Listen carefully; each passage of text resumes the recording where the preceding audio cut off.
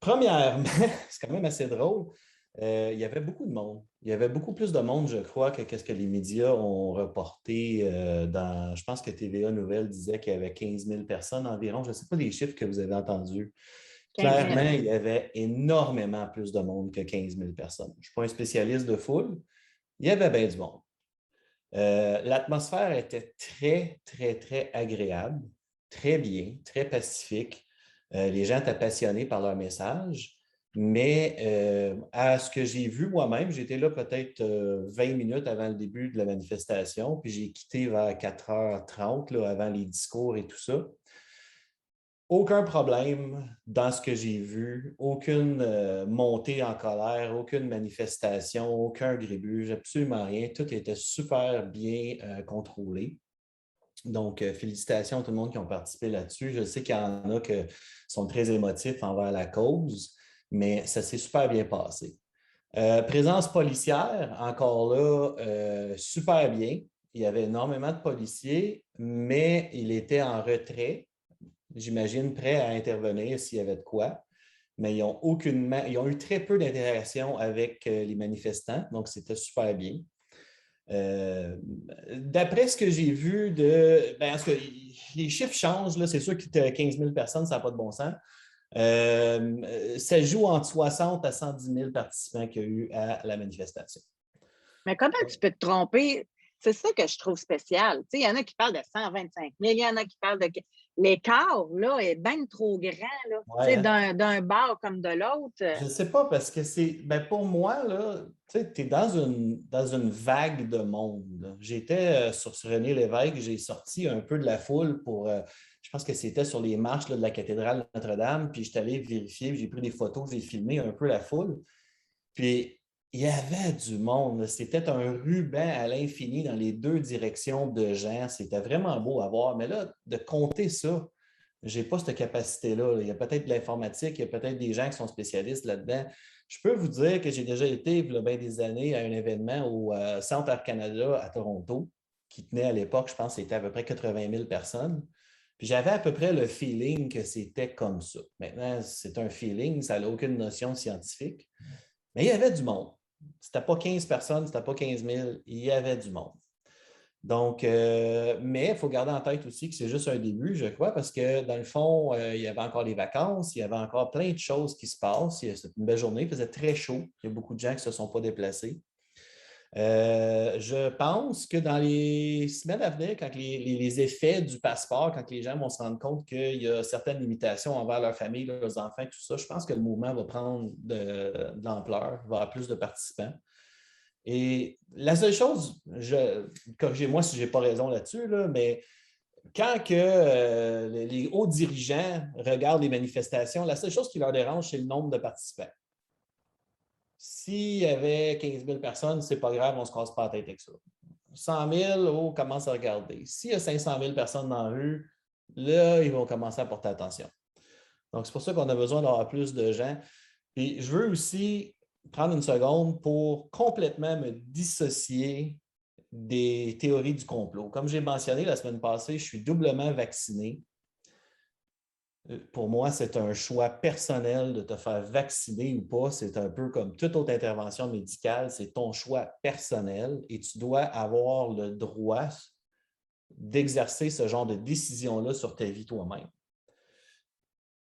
Puis j'aimerais ça peut-être aussi parler des nouvelles campagnes d'intimidation. Ce serait quoi le bon terme? Là? La bonne femme qui veut sortir avec ses amis au restaurant, mais là, elle frappe un mur parce qu'elle n'a pas son vaccin et tout ça. Premièrement, le vaccin, le passeport, il va être efficace pour empêcher les gens de propager et d'attraper la COVID? Ça, ce serait ma première question, parce que la personne qui est doublement vaccinée comme moi, le gouvernement me répète à tour de bras que je peux encore attraper la COVID et je peux encore la transmettre à tout le monde. Je Wow, peux encore wow, tuer du monde. Je suis encore dangereux. wow, wow, wow, OK? wow. Là, on arrête Allez-y. là. OK? Allez-y. Quand même médecin. Allez-y. La raison pour laquelle on est vacciné, c'est pour ne pas faire la maladie causée par le virus chinois. Mm-hmm. Non, là, si vous arrivez, là, si on vous a vendu la salade, ou qu'il y a des idiots qui essaient de vous convaincre. Vous êtes vacciné, mais vous pouvez encore attraper la maladie. Ça voudrait dire que le vaccin n'est pas efficace. C'est ça. Chez des cas exceptionnels, Mhm. les immunosupprimés, puis des personnes, écoute, quelques centaines, voire quelques milliers d'individus au Québec, la vaste majorité est vraiment bien protégée par le vaccin.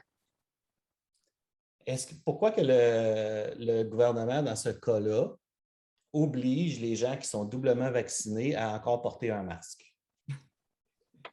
J'ai hâte que quelqu'un me donne la réponse. Répondez à la question. Je vais aller plus Les loin. ceux qui doivent porter un masque, c'est les ceux qui ne sont pas vaccinés s'ils ne veulent pas l'attraper. Des ceux qui n'ont pas été vaccinés. Là, ceux qui ont été doublement vaccinés viennent en contact avec le virus chinois. Le virus chinois, il en arrache dans la gorge et des poumons de ceux qui ont été vaccinés. Parce que l'armée immunitaire se met en route et elle va vite. Est-ce qu'on se comprend?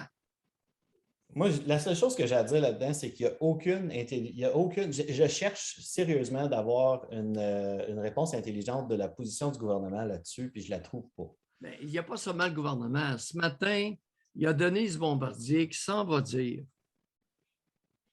que ceux qui refusent les vaccins et le passeport vaccinal revendiquent au fond le droit de mourir eux-mêmes ou de tuer leurs semblables en les contaminant. C'est pas le gouvernement, là. Denise, elle a 80, elle est très crédible. C'est une des femmes les plus brillantes, une grande écrivaine. Ça, elle s'en va écrire une honnerie comme ça. Mais qu'est-ce que vous en pensez, vous, là, du fait que, mettons, moi, je ne sais pas ma profession, là, mais mettons que je suis serveur dans un restaurant et je ne suis pas vacciné. Je peux travailler dans le restaurant, mais si je veux manger sur ma pause de dîner, il faut que je sorte. Oui, ça c'est capoté. Après ça, non, mais si vous voulez prendre le risque, de l'attraper puis d'être malade, c'est sûr que le risque en bas de 30 ans, il n'est pas tellement élevé d'être malade de ça. D'accord? Oui. Mais si vous êtes serveur, vous n'êtes pas vacciné et vous ne portez pas le masque, ceux qui sont doublement vaccinés, qui sont en train de manger, en quoi ça les dérangerait que le serveur n'a pas été vacciné? Ils le sont. Ben, j'arrête pas de dire ceux qui sont vaccinés. Pardon? Là, avez-vous vu là, dans quoi qui nous amène là, chez les moins de 12 ans? OK? Là, chez les enfants, il y en a de plus en plus aux États-Unis qui pognent le variant, qui pognent la COVID. Là, je me dis, bon, ils préparent le terrain. Et là, je lis l'article au complet. OK? Et dans le bas de l'article au complet, ça dit les enfants qui ont la COVID, est-ce que ça peut être dangereux? La majorité des enfants ne ressentent même pas les symptômes et quelques cas ont des symptômes de grippe. Fait que là, ils se mettent à faire peur au monde quand finalement, la majorité des enfants, même si ça pogne la COVID, ils n'ont même pas de symptômes. On va continuer. On parle de ça, on va continuer. Vous avez de plus en plus des enfants qui sont gros, très gros. Vous avez des enfants asthmatiques sévères. Vous avez des enfants qui sont diabétiques. Ces enfants-là, compte tenu qu'on n'a pas de vaccin pour eux, doivent être protégés, doivent s'isoler. Pas s'en aller au restaurant, pas s'en aller au stade, à la manif. Si vous avez un enfant qui est immunosupprimé, asthmatique sévère, diabétique, vous le protégez, vous l'isolez. C'est bien plate, mais c'est ça.